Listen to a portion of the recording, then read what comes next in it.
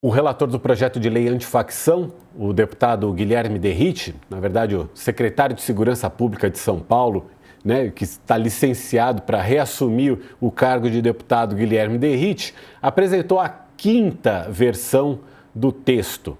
E pela quinta vez ele desagradou o governo. O jornal Folha de São Paulo, parceiro do UOL, teve acesso ao texto em que Derrite, que se licenciou da Secretaria de Segurança Pública de São Paulo para relatar a proposta, define que os valores obtidos em operações feitas pelas polícias estaduais ficará com o Estado.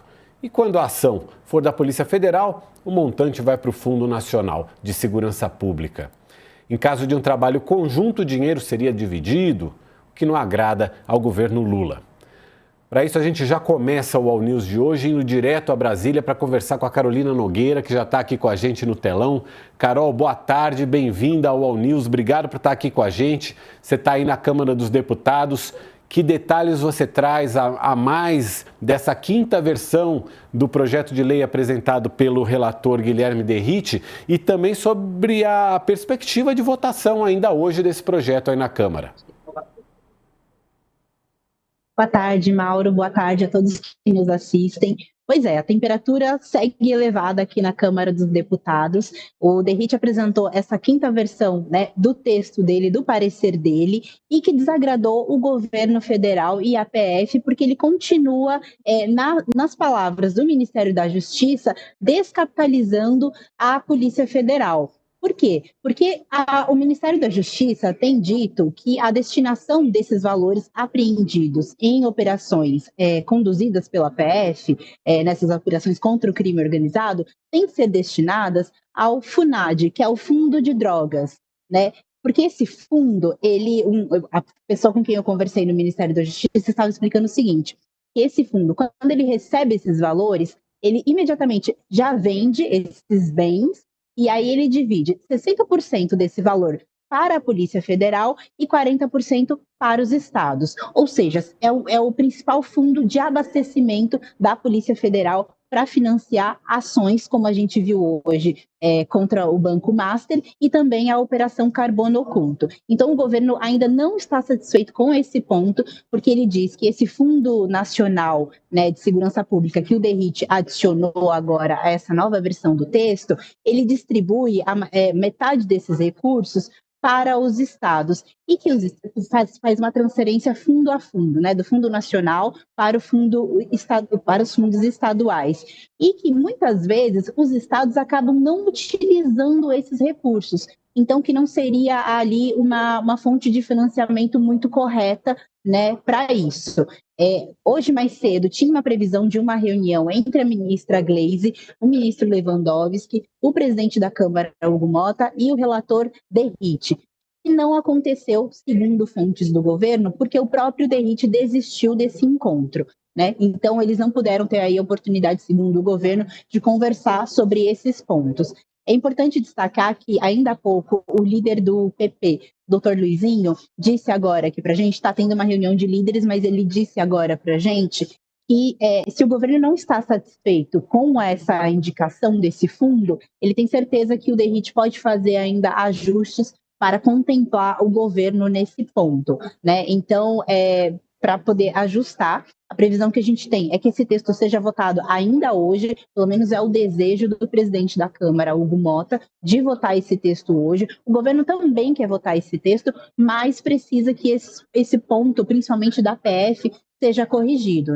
O relator Derrite também atendeu a um pedido do ministro da Fazenda, Fernando Haddad, em relação à Receita Federal, para permitir, ele deixou mais claro, isso já na prática já acontece, mas ele deixou claro no texto dele que essas ações de apreensões podem ser realizadas ali pela Receita Federal sem precisar de uma decisão judicial, elas podem seguir regras internas da própria Receita Federal, que era uma coisa que não estava clara no texto do governo, e o ministro Fernando Haddad pediu ao relator para que ele fizesse então esse ajuste, e ele atendeu o ministro Fernando Haddad nesse ponto.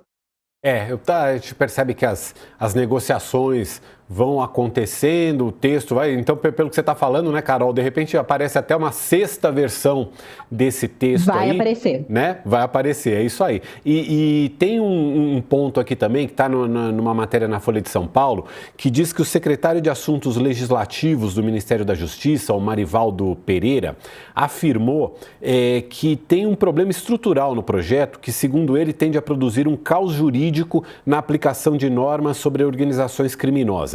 O substitutivo cria novos tipos penais paralelos aos que já existem na legislação. Então, isso geraria uma sobreposição de condutas, né? Uma sobreposição de tipos penais. Isso, segundo ele, exigirá uma decisão do judiciário sobre qual norma prevalece. E até chegar a essa conclusão, devem levar aí 2, 3 anos de debate, e aí os processos que já estão em andamento, as investigações que já estão em andamento, ficariam aí imersos nesse caos jurídico. É um outro ponto também que deve ser debatido, né, Carol? É uma questão muito complexa, né? E que foi levada aí ao longo dessa última semana de uma forma bastante acelerada na Câmara, né?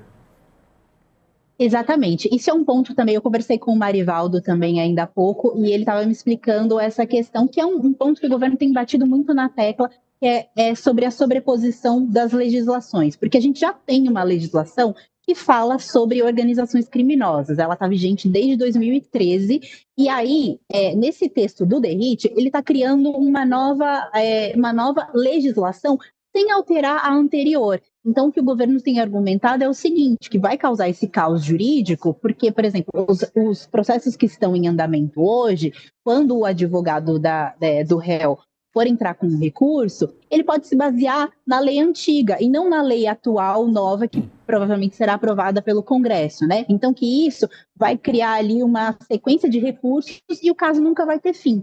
Então, o governo está muito preocupado em alterar esse ponto e em fazer com que o DERIT deixe mais claro no seu texto o que é uma facção criminosa e que ele vai alterar pontos da legislação anterior para que não haja essa confusão jurídica que eles estão chamando, né?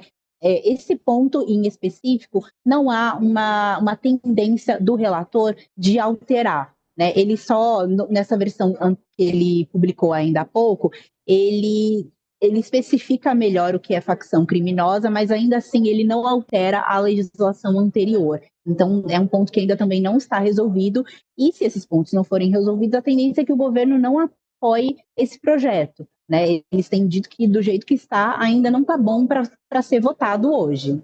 E sem contar que tem um pedaço a gente falou do governo, mas também tem um pedaço da oposição que ainda insiste naquela questão de equiparar as facções criminosas a organizações terroristas, ou seja, ainda tem um caminho aí, vamos ver o que acontece.